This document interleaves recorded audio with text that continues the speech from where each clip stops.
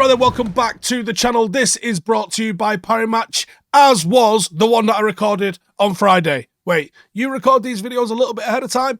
Sometimes, yes. So Friday, I took a gamble. Why did I take a gamble? I took a gamble because Aston Villa have got a flawless 100% record at home. So I just went, they're beating Sheffield United because they're garbage. Surely.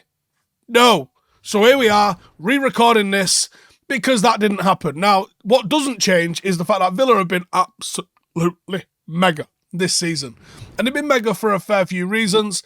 And the more this goes on, the more I am laughing at Steven Gerrard. And you know what? Out of all the teams that might win the league, I mean, they are 1 point off top. They sit 1 point behind league leaders Arsenal. And it's Arsenal, it's Liverpool, it's Aston Villa. And then, obviously you've got half of the rest of the league and then us.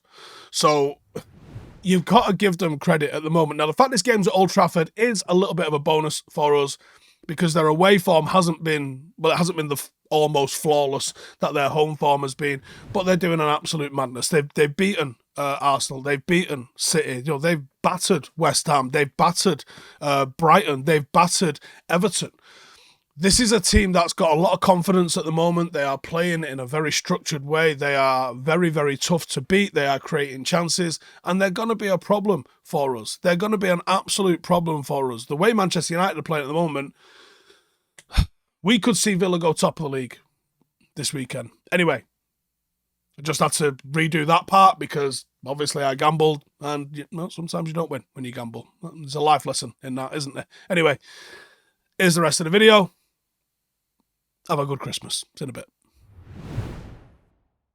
Now, Emery sets up very much in a modern 4-4-2. He uses central midfielders as wingers. They come inside. They create a box midfield. And while a second striker, which he's using Moussa Diaby for, occasionally Leon Bailey, he'll take up width on the right, and Luca Dean will spread play on the left-hand side. They have the technical and dynamic quality all over the pitch that's capable of blitzing teams if they aren't on song, with Douglas Luiz being the conductor for them in midfield. I'm worried about this game. I am genuinely worried about this game. Luca Dean leads the Premier League in crosses into the penalty area. John McGinn has been the biggest beneficiary of his change in role. He's created more chances than ever before.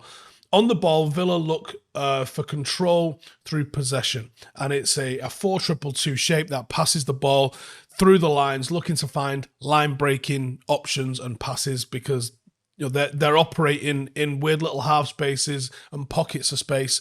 That's a little bit more unorthodox to some of the formations that we see all the time. They overload midfield. They try and find Watkins or Diaby running in behind. Watkins has been transformed under Emery and he's operating at a world-class level. And he's not just scoring goals, he's getting a hatful of chances. When you see how many chances he's had versus someone like a Højlund, you go, well, yeah, of course he's scoring more goals. He's getting infinitely more chances. Off the ball, Villa defend in a compact, very orthodox 4-4-2. They use an aggressive high field press up the pitch, and Villa have the best offside trap in the Premier League. They've caught opponents offside 74 times this season. So this is where you have to look for maybe a late run.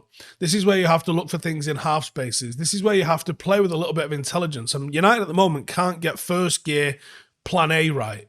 So looking for people that are maybe going to be offside, be seen as offside, and then maybe get like a late run that comes in to take the ball as it's played. That's a very tricky thing to do. It looks sensational when it comes off, but it's extremely difficult to actually get going off the start. But that is how you play against teams that are going to have an offside trap. Okay, cool. We're going to have a late run. And we're going to watch them step up and time our runs perfectly and then just pass it to a guy that's in space, hitting it at the right time. You have to really, really, really delay your runs to do that. The average across the league is 28.9. So the fact that they've caught opponents off 74 times is an absolute joke. But it leaves options. It leaves options and opportunities. And with Martinez, they do have one of the best keepers in the world as a bit of a safety blanket. And he's mad as a box of frogs, which helps. Star man in this game for me, I think for Villa, will be Ollie Watkins. He has been one of the players of the season so far. Deceptively strong. He is powerful. Very little weaknesses to his game. He's quite an orthodox kind of number 9. He is dangerous dribbling with the ball as he is waiting for it or running in behind. 2-footed, good in the air, and has this season put himself in the top echelon of forwards in the league. For Manchester United then, the 11, I'm going to go with Wan-Bissaka, Shaw, Evans, Varane, Kobe and Amrabat, I think it has to be. Bruno in the hole. Anthony, Højlund, Rashford. I'm not sure there's any other options. And the match winner for United, I think, is Højlund. Now, this offside trap, it's sensational. It's extremely good. If United time the passes from Bruno into Højlund correctly, their line is so high. That's another reason they've caught so many people offside, is their line is freakishly high. So while their line is freakishly high, there will be balls. Just put speculative balls in there. Marcus for Højlund, and see if they can get on the end of those. And that's why Højlund is my match winner. His pace and his power is perfect for this game. And that high line, I think Torres has been a great signing for them, if not a surprising one. I think he's been an absolutely great signing for them. And Pau Torres could be in serious trouble if Højlund times his run correctly. And not only have you got to time your run so it looks onside, with VAR, you've got to really be onside with this.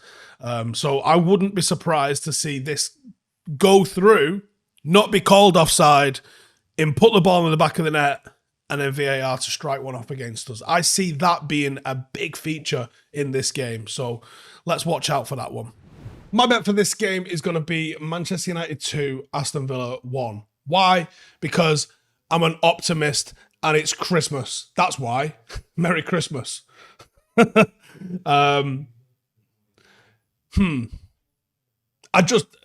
going to score a goal, Steve? I don't know. Are we going to keep a clean sheet? Nope. That's why 2-1.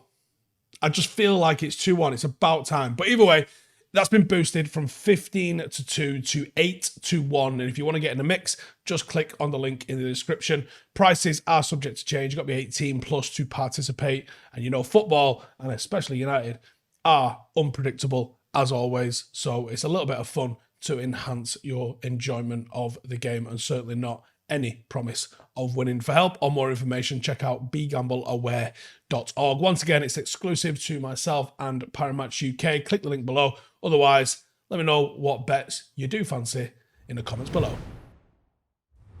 How do we beat them? Well, you time your runs. They play that ridiculously high line, but they also excel at it, and they don't have to convince the ref that they're right, because they know if they fuck it up, VAR's right there for them. Like, we see it with millimeters now. So, you know, they've got to, they'll back themselves. And like I said, I think you'll see a chalked off goal at some point with this. Be disciplined in a forward play. Can we get in behind with the undeniable pace that we've got in Rashford and Højlund? If we can, we have a chance. Be wary of the central midfield overload, which will be something different.